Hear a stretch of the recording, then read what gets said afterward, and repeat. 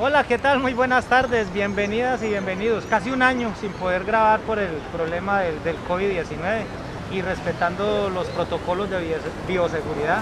Hoy tengo un invitado muy especial, un académico, un letrado y ante todo un gran ser humano. Les estoy hablando del profesor César Rivera. César Rivera, muy buenas tardes y bienvenido. Muy buenas tardes, Soto. Realmente me sorprende esta amable invitación que usted me hace para estar al aire nuevamente, como se dice popularmente, para estar sonando en las noticias y en el periodismo cartagüeño.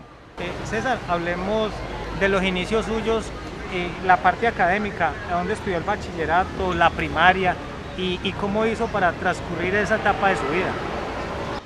Bueno, nosotros somos cinco hijos de una familia cartagüeña. Nacimos todos en el barrio Collarejo, en lo que se llamaba la otra Cartago, es decir, yo nací en la calle Quinta 439, es decir, al lado izquierdo de lo que llamábamos la vía férrea, por donde pasaba el tren, a mano derecha en la vía hacia La Pintada. Y los otros hermanos míos nacieron en los alrededores del hospital. Ya de 4 años me trajeron a la carrera tercera entre 15 y 16, que es la casa materna o paterna conocida por toda la ciudad. Ahí estudiamos ya en la escuela Francisco José de Caldas la primaria y el bachillerato en la universidad, en el colegio llamado Seminario Menor de Cartago, que no lo interrumpió, no lo abolió. El segundo obispo de Cartago, Luis Madrid Merlano, lo terminó infortunadamente. Eh, en la parte académica, César, usted le ha dejado mucho a Cartago, muchos estudiantes, porque usted ya luego termina ese bachillerato, luego se va para la universidad, se hace un gran docente y eso ha marcado la historia suya y la historia de muchos que han pasado por el salón de clases suyo.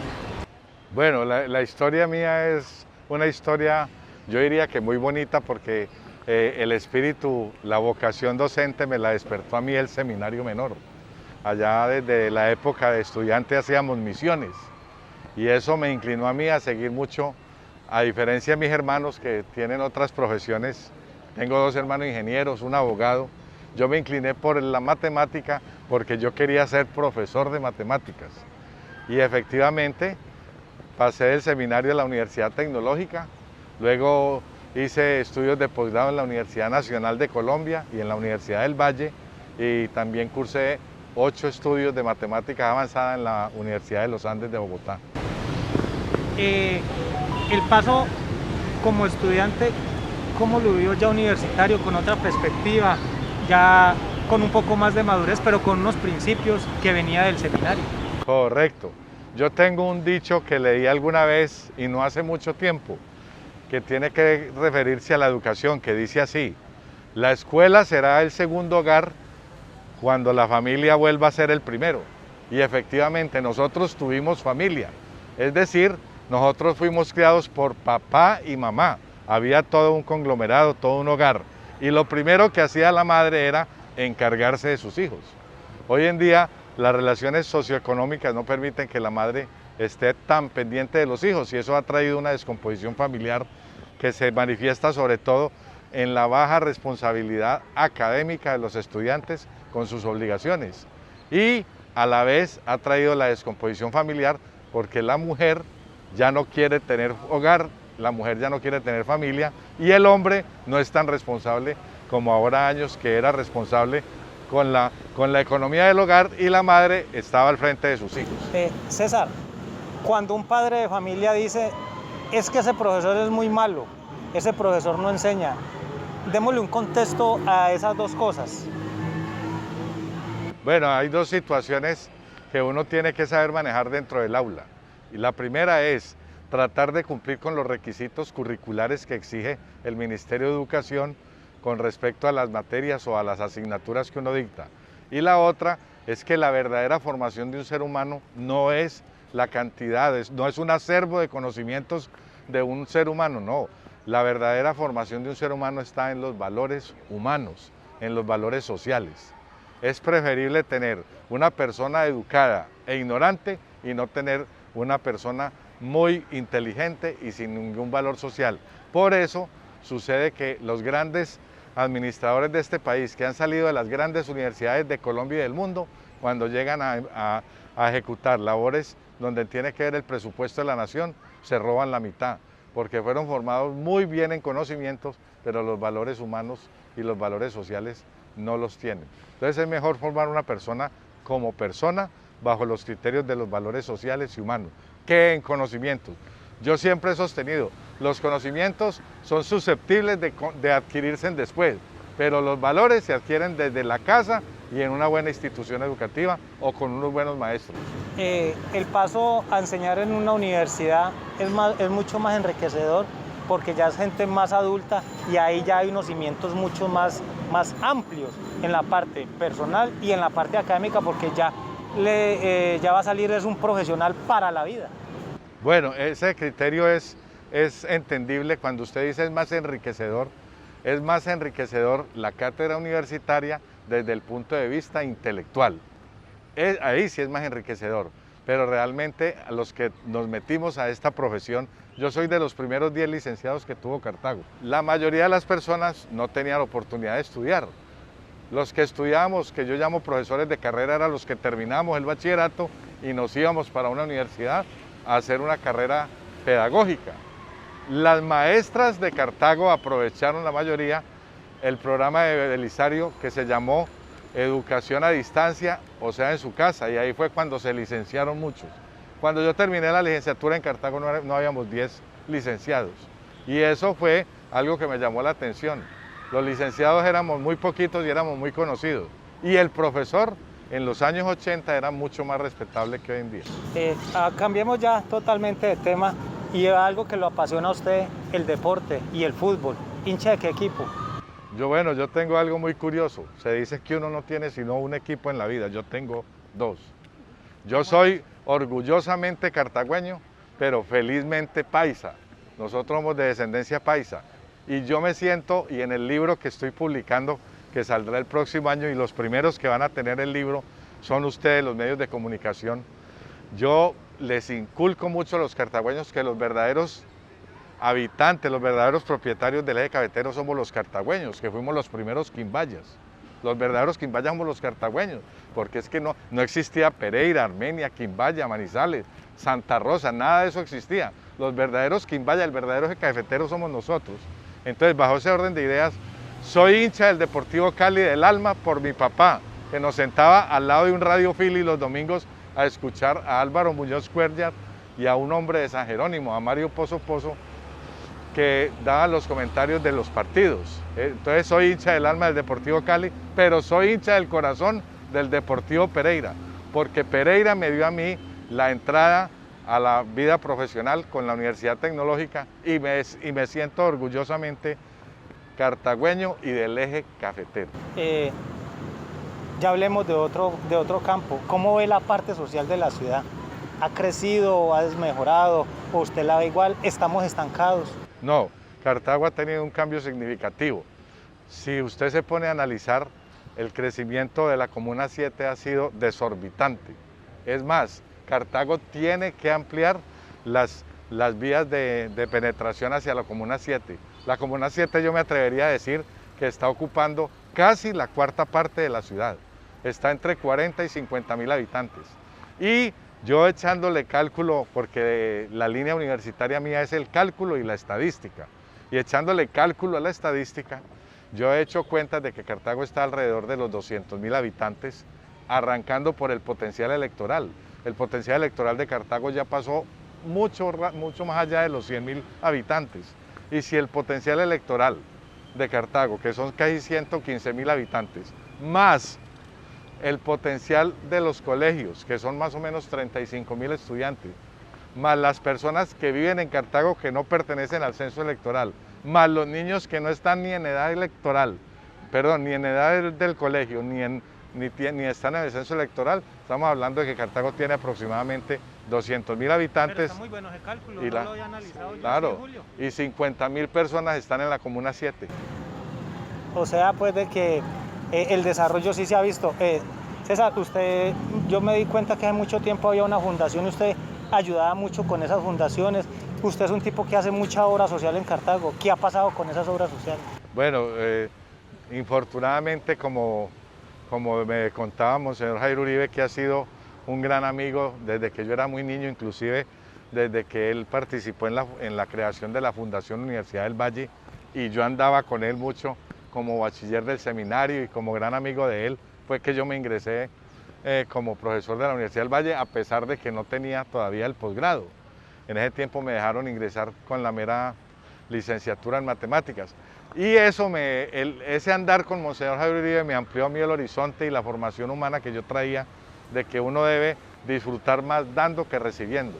Yo soy amigo de ayudarle mucho a la gente, sobre todo ayudarle bajo un lema que tenía Jaime Jaramillo, ¿lo recuerda? Sí. El papá de la fundación de los niños libres de los... Él decía a la gente hay que enseñarle a pescar, no a darle el pescado. A mí me gusta mucho ayudarle a una persona que se merezca una oportunidad educativa y me ha gustado mucho colaborar y todo. Me llaman de que hay una señora necesitando con sus hijos una ayuda económica, yo me muevo por Cartago, la consigo, que hay un joven que está estudiando, que lleva muy buenas notas, que va a dejar la universidad porque no tienen cómo. Yo voy, toco puertas con la gente de extracto 5 y 6, consigo las matrículas y he aprendido que el ser humano en su gran mayoría es ingrato, muy ingrato, el ser humano es muy ingrato. No todos, pero sí muchos. César, este es un reconocimiento pues, que yo quería hacerle a usted con esta entrevista, pero hay una pregunta que no la puedo dejar de hacer. El por qué la gente de los estratos 1, 2, inclusive 3, ven a la universidad como un polo muy lejos, sabiendo que todo el mundo puede llegar y que tenemos una buena universidad pública como es la del Valle.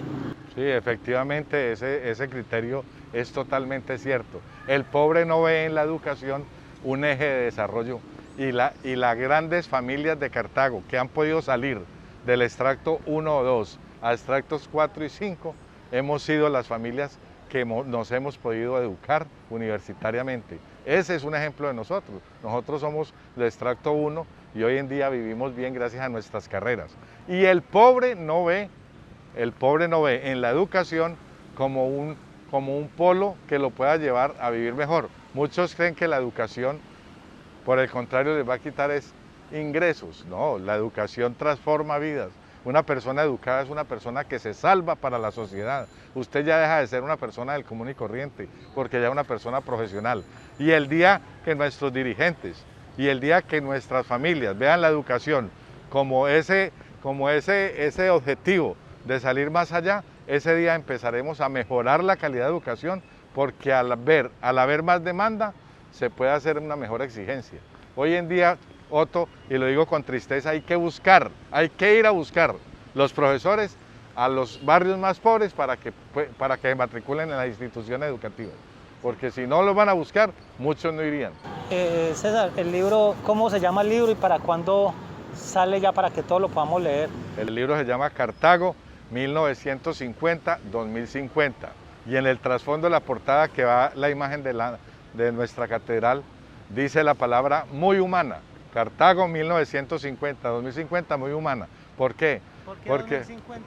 Porque yo quiero hablar de lo que viví. Yo soy un hombre de finales de los años 50 y yo conozco mucha gente y quiero hacerle un homenaje a muchas personas de Cartago que le han hecho un gran servicio a la sociedad y que nunca les han tenido un reconocimiento. Y quiero sacar a Cartago lo bueno que ha tenido, porque mucha gente habla de Cartago, es de los bandidos y de la época de narcotraficantes. No, Cartago es mucho más que eso. Quiero adelantar un poquito, pues, y usted como autor del libro, deme dos nombres nomás, dos nombres de los que van a salir en el libro. Bueno, por ejemplo está la señora Blanca Durán de Lopreto, la mamá del ingeniero Francisco Eduardo Lopreto, de Luis, de Jairo, de Alvarito, bueno, de Quique. Ella es una. La gente me decía, ¿por qué va Blanquita Lopreto ahí? Blanquita Lopreto calladamente impulsó el desarrollo de la mejor institución que tiene Cartago hoy en día de servicio social, que se llama el INTEI. Y Blanquita fue la primera patrocinadora del INTEI. Ella es una. No digamos más para que la gente... Sí, para que... El otro nombre. Bueno, le voy a dar el nombre de un muchacho muy valioso, un joven de 29 años, bachiller del colegio académico. Es el estudiante que más alto ha llegado a nivel mundial. Yo voy a decir quién es, Javier Mejía. Javier Mejía. Aquí lo entrevistamos, el economista que enseña en universidad en Estados Unidos. En la Aquí lo Universidad de entrevistamos. Nueva York, pero en Abu Dhabi, en Emiratos Árabes. Sí, señor. Eso no se da cuenta la gente de Cartago, pero si fuera una noticia mala de la institución más gloriosa de Cartago, todo el mundo se daría cuenta. Pero noticias como esa no. Mire, una cosa curiosa, Otto, le cuento, el libro tiene más o menos 60 personajes masculinos y 15 damas de la sociedad cartagüeña. Y la mayoría de los personajes masculinos que le han dado gloria a Cartago en estos 101 años, porque de 1950 a 2050 no son 100 años, son 101. Y el libro va en la historia hasta 2020. Ahora le explico los otros 30 años. Y el 90% de las personas que le han dado gloria e imagen a la ciudad con altura han sido bachilleres del académico. Y no soy bachiller del académico. Sigue siendo el colegio más glorioso. Dígase lo que se diga. Y ¿por qué al 2050? Porque yo tengo unas proyecciones que quiero hacer unas hipótesis que considero científicas. No soy científico, me gusta mucho leer y tengo unas proyecciones científicas de cómo vamos a encontrar a Cartago dentro de 30 años en el 2050, que es muy difícil que yo esté vivo, porque tendría 91 años, pero bueno, todo se puede. Faltan 30 años, de pronto llegamos. Y tomando ensura y todo. No, y uno no sabe, y Dios nos tiene destinados para una labor, y yo creo que la estoy haciendo antes de tiempo, porque tampoco soy amante de ir a durar mucho tiempo. ¿Usted imagina usted con 122 años cómo habla? César, qué alegría haberlo tenido aquí en el programa. Este es un buen canal donde la gente no se entera sino a nivel nacional, sino también a nivel internacional, que nos ven por muchas partes. Le agradezco, le deseo lo mejor, muchos éxitos a nivel personal y familiar. Muchas gracias por la oportunidad y me encanta saber de que usted ha vuelto al periodismo, porque usted es una persona que enfoca unos temas muy de actualidad y muy interesantes para la ciudad. Y yo creo que la gente lo había extrañado. Muchas gracias por la oportunidad. A todos, muchas gracias por habernos escuchado, por habernos visto. Con la dirección de David Escobar y la cámara de Julio César Aguilar, me despido hasta una nueva oportunidad. Chao, chao.